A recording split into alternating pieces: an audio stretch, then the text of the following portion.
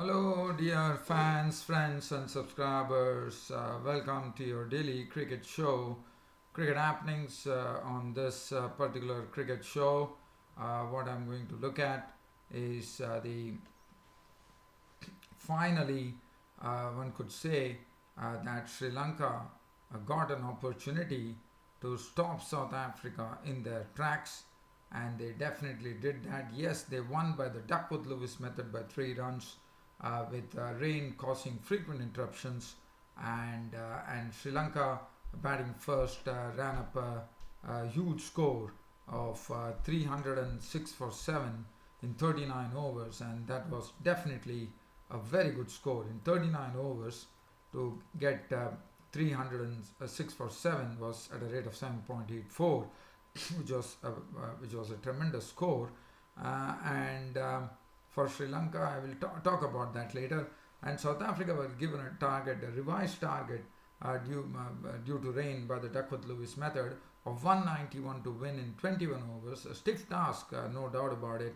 But finally, it was the South Africans who were short by just 3 runs. But let us talk about Suranga Lakmal, who had to bowl the last over, the 21st over, where 7 runs were required for a victory. But Suranga Lakmal, I would say, would be the hero because he picked up the very big wicket of David Miller, and then it was just left with the Sri Lankan tail in the middle, and they could not force the pace. And Suranga Lakmal not only taking David Miller's wicket, also giving away just 4 runs in the final over, clinched the game for Sri Lanka, and Sri Lanka finally breathed a bit by winning their first ever ODI match in this series by 3 runs with the Duckworth-Lewis method. So, and South Africa definitely, it was a sort of an experimentation for them by resting Kagiso Rabada, and so, as I said, Sri Lanka won. And tomorrow also happens to be the start of the second test match at the Lord's Cricket Ground, and it is going to be played, and it is between India and England.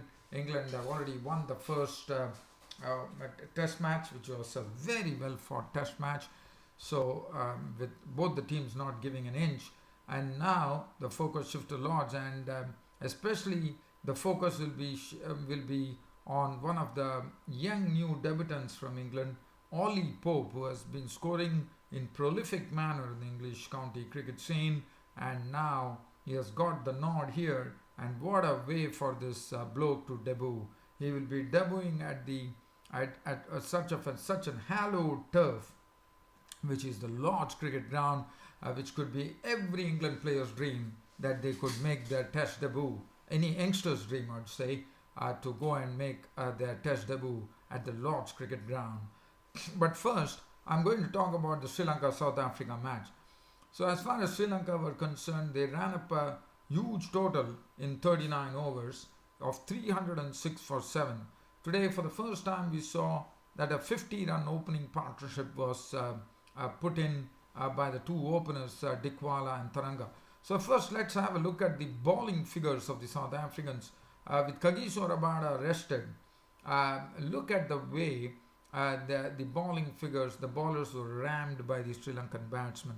Lungi Igidi, 8 overs no maiden, 2 for 65. Junior Dala, 8 overs none for 64.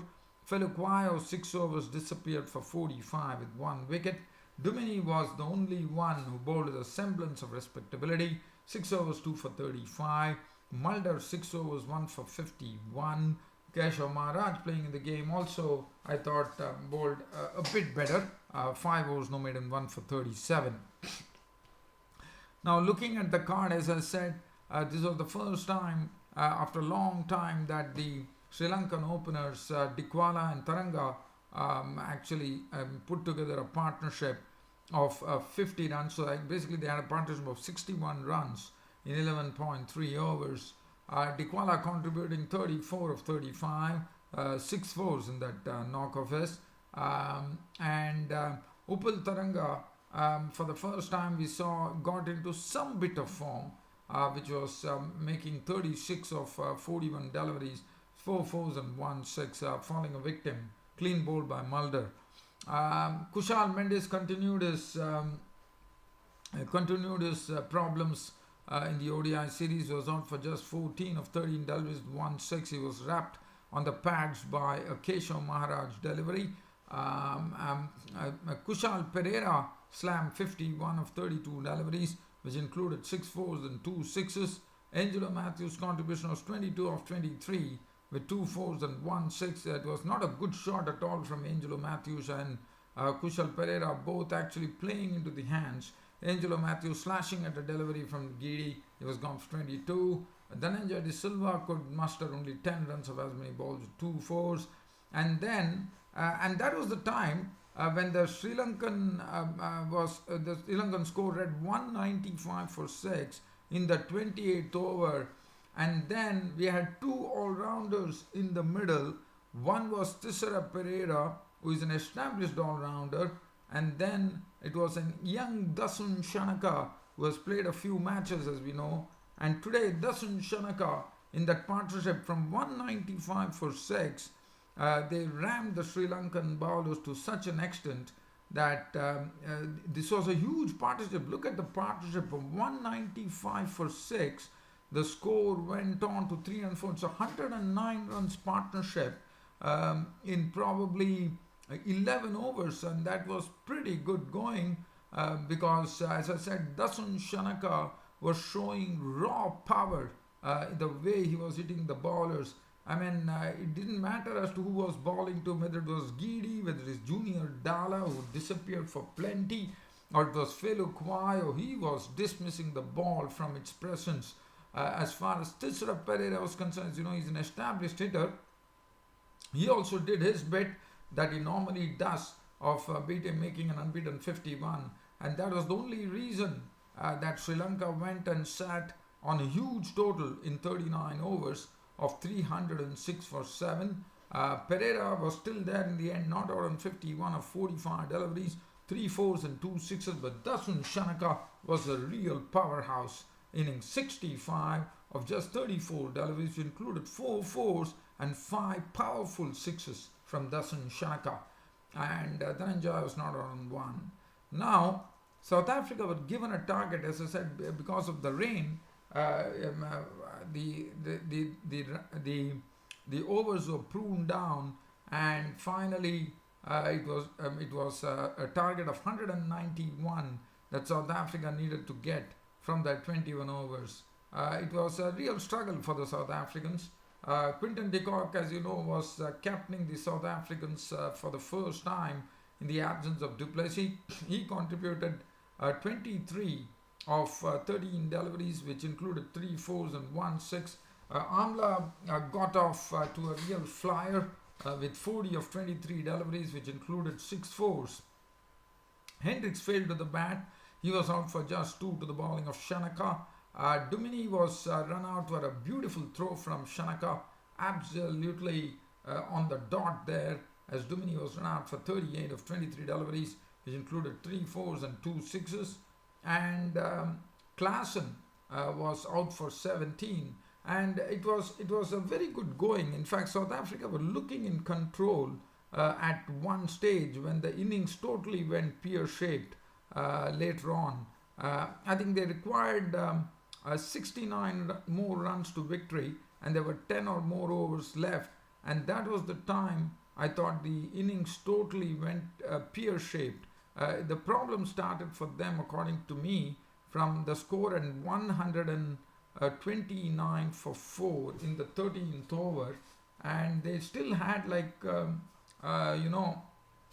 8 overs in which they could, and they had a lot of batsmen still to come in the form of Klaasen, Miller, Felu Kwayo, but definitely one has to give credit to the Sri Lankan bowlers of pegging the South African batsmen at a rapid rate, and that enabled them to win. Klaasen out for 17 of just 13 deliveries with 2 fours. David Miller, as I said, was the victim in the final over, and that was the big wicket, because if David Miller would have been there, one knew for a fact that South Africa would have won. So that's the reason According to me, Suranga Lakmal was the hero as he picked up the big fish David Miller of the second ball of the final over with 7 runs required, and I thought it was done very well by Suranga Lakmal, defending that 7 runs for Sri Lanka in an admirable manner and picking up the wicket of David Miller. And then finally it was Dala and Geedy at the crease, and they were not able to force the pace, and they had to be content with 3 and 1 respectively. Game over. Feliquayo tried his best. He made 9 of 10 balls, 2 fours, goner. Mulder hit 4, just a boundary, and he was a victim of Lakmal. Maharaj for 17, but I thought it was a real slump from 129 for 4. No, they were 108 for 3 in the 10th over. So they definitely, the game was under real control, because if you look at it, they required another 79 odd runs. But after that, if you look at the wicket column there, 3 for 108, 129 for 4, 130 for 5, 149 for 6, 155 for 7, 183 for 8, and that's what happened with the South African innings. Maharaj made 17 of 14 with 3 fours, and that was it. 187 for 9. As I said, it was all about finally the match came down to the wire. 7 runs were required of the final over, but Suranga Lakmal nipped up the wicket of David Miller, the danger man, and then he was left to bowl to the tail enders, and he finished off in a grand fashion as he gave the Sri Lankans their first ever victory in this ODI series by defending 7 runs and conceding only 4 runs. And finally, it was a 3-run victory for the Sri Lankans, and this would have really warmed the cockles of the Sri Lankan fans in the ground. Lakmal 5 overs, 3 for 46. Dhananjaya 3 overs, 1 for 30. Pereira 4 overs, 2 for 32. Shanaka got the man of the match award after his brilliant power hitting. 2 overs, 1 for 20 at this ball. Lairu Kumra 3 overs, 28. And Dhananjaya Silva 4 overs, 1 for 26. Now, so there's only one more match which is left, which is the final match, and definitely by doing what they did today, Sri Lanka has really showed, and as I said, to defend 7 of the final over in itself, according to me, was a great achievement. While that is going on, we will talk about the second Test match which is coming up between England and India, and this is coming up at the Lord's Cricket Ground, and I will also give you okay, let me also update you. As in, the Caribbean Premier League is going on, and I will give you a live cricket update on that. And as I'm speaking, the first match of the Caribbean Premier League 2018 has kicked off, and the Trinbago Knight Riders were the champions of the CPL, playing the first match. They have totted up 195 for 6 of their 20 overs, and the Stars would be actually chasing that particular total. So let's go and see as to what did Suranga Lakmal do. Now Suranga Lakmal with the first delivery, he bowled a ball which was it's a slower ball from Lakmal. In fact, the first ball there was no run for Miller, and then the next delivery was a slower ball, and Miller actually tried to swing him across the line, and he got an inside edge down to the stumps. And after that, as I said, it was very difficult to deal with Suranga Lakmal, and it was the tailenders, Dala and Geedy, and they found it genuinely difficult. So that is as far as this particular match is concerned. Now, as I said, the second test we are talking about, which is coming up, according to me, is something we already seen. One very well fought first test match. Even though England won the match, they would be quite aware as to what India can spring up. And as far as this is going to be played Lord's Cricket Ground, as said, one man who is going to be really being very happy with this is none other than the youngster Ollie Pope, who has been scoring in a prolific manner in the English county scene, who has got his nod, and tomorrow his debut is certain. He's definitely going to make his debut. So Ollie Pope is the one on whom the eyes would be, the young bloke. And so that is so Ollie Pope making his debut. And England will be hoping that Alistair Cook can hit some form after failing in both innings in the first Test match. Keaton Jennings would also like to get some runs under his belt. Joe Root has already shown himself. Barstow, they are all the ones who have been. Josh Butler could not really get his bearings in the first Test match. One would be hoping for Josh Butler to get amongst the runs as well. Yes, England are definitely missing Ben Stokes, who is into the court hearing, as we all know, and he's going to be sorely missed.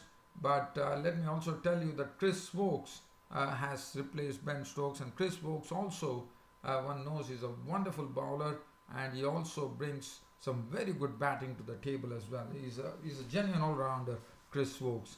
And then they have Adil Rashid and Sam Curran, the hero of the first Test match, and definitely India would, Indian bowlers might have a sort of a real plan as to how to bowl to Sam Curran, and then the kingpin bowlers from England, Stuart Broad and James Anderson.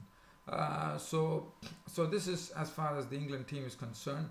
But the team which is really wanting to win the Test would be India, because after losing the first Test against England, they won. But as I said, both the teams are looking very, very tough indeed. And let's have a look at the Indian team. So Indian team, I'm definitely foreseeing one change, whether Cheteshwar Pujara will take the place of Shikhar Dhawan, who failed in the first innings, in the first Test match. Now, I would really prefer Cheteshwar Pujara to come and slot himself so that KL Rahul opens the innings. But unfortunately, Shikhar Dhawan has not been in some good form. Other than that, I don't see anything else, but there is still talk going on whether India will be still going with that same three-pronged pace attack of Umesh Yadav, Ishan Sharma and Mohammad Shami, or they would like to whether they would like to include an extra spinner, as they say that there is a tinge of green on the pitch, and there's been a heat wave as well. So I'm sure that this pitch will also definitely give some assistance to the spinners, and there could be a lot of swing as well, a lot of movement in the air as well. So, well, dear fans, there's nothing much to really talk about, and I think that says it all. So we should have a wonderful battle ahead in the second Test match at the Lord's Cricket Ground between India and England. Well, there's nothing else to really talk about. It's about time for me to wind down on this daily cricket show today by bidding you all a very good night.